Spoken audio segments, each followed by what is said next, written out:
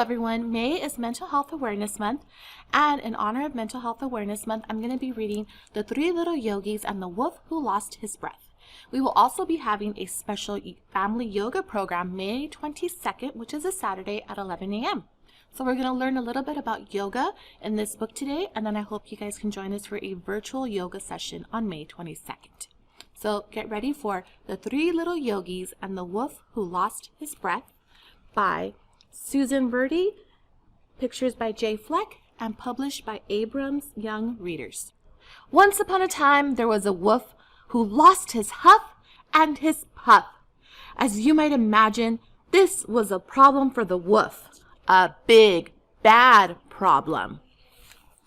You see, sometimes the wolf felt angry, which happens to everyone from time to time. There were many reasons he felt that way. Sometimes he felt angry when he had to share, when he was having trouble doing something difficult, when he was worried, or when he was hungry. And sometimes he wasn't sure why he was angry.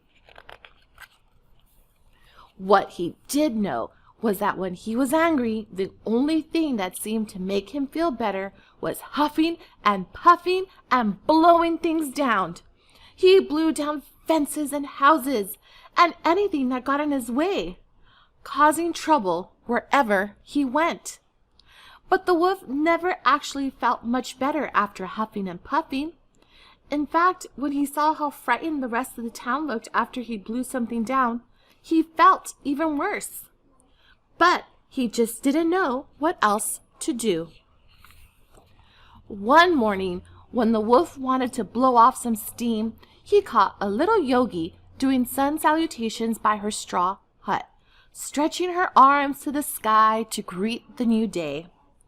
The wolf saw how peaceful the little yogi looked, but he didn't feel peaceful at all. His heart and mind were racing, and his body felt hot and uncomfortable. Oh, how he wanted to huff and puff and blow down the little yogi's hut into a big pile of straw. So the wolf opened his mouth wide and tried to blow.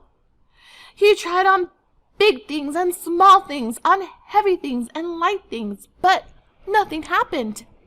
Instead, all that came out was a wheeze and a cough. The little yogi heard the wolf wheezing and ran over to help him.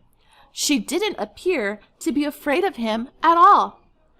"Wolf, take a slow, deep breath," the yogi said. I can't," said the breathless wolf.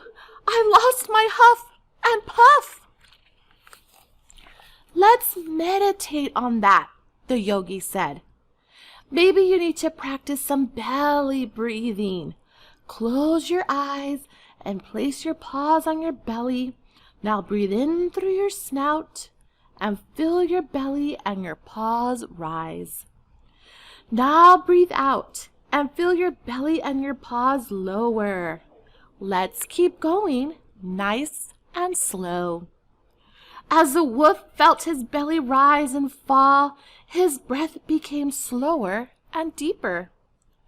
But just when he started to feel calmer, he remembered he lost his huff and puff, and he started to feel angry again. He jumped up and tried to blow down the yogi's straw hut. No luck. To the wolf's surprise, the little yogi didn't run away. Instead, she said, "I have an idea." She took the wolf by the paw. Soon they came upon the wooden house of a second little yogi who was in the middle of his afternoon yoga flow. They watched him giggle and wiggle his tail in the air as he stretched in downward dog. And then he lengthened his body into a powerful plank as straight as the wooden beams in his house. While the first little yogi explained the situation, the wolf could feel himself getting frustrated and tense again. His paws curled and his body stiffened. He opened his mouth wide and tried to blow down the second yogi's wooden house. But again, he only wheezed and coughed. I lost my huff and puff, he said. Let's meditate on that, said the second yogi. Sit down in butterfly pose. He showed the wolf how to bend his knees and place the soles of his paws together. Maybe you need to practice some cooling breath. Close your eyes and open your mouth. Stick out your tongue and slowly inhale. Feel the cool air enter your mouth and your body. Now close your mouth and breathe out through your snout. Keep going, nice and slow.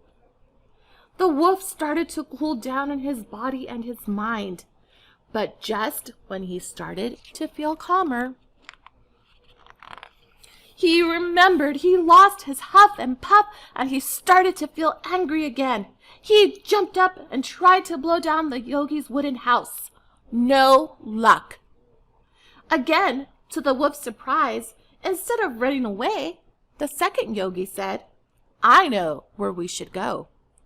The two little yogis took the wolf's paw and hooves and walked with him under the setting sun. Soon they came upon a yoga studio adorned with colorful bricks. Inside, a third little yogi was in half-moon pose. They came outside and noticed the exhausted wolf. What's wrong? They asked. The wolf was startled. No one had ever actually asked him that question before. I want to blow everything down, but I have lost my huff and puff, the wolf answered breathlessly. Why do you want to blow everything down? The third yogi asked. Again, the wolf was surprised. This was a new question too. Because when I'm angry, I think a huff and a puff will make me feel better. Does it really make you feel better? Only for a moment. I blow everything away, but then everyone runs away from me too. I don't like that others are frightened of me, but without my huff and puff, I don't know what else to do. Let's meditate on that, the third little yogi said. Maybe you just need to practice some supported breathing. Sit down with your back pressed up against mine. Close your eyes and notice the air moving in your back. Can you feel it filling up my back too? Now breathe in and out through your snout. Try to match the pace of my breathing. Beneath the shimmering moonlight, the wolf and the yogis practiced breathing together, back to back, nice and slow. Soon the wolf began to inhale and exhale more deeply. Then something new happened. The wolf felt different. He didn't feel tense or frustrated. He felt peaceful. Under the sparkle of the stars, the three little yogis showed the wolf even more ways to relax and breathe. Until at last, they all settled down for Savansa. From then on, when the wolf felt angry or scared or sad or worried, which happens to everyone from time to time, he knew just what to do.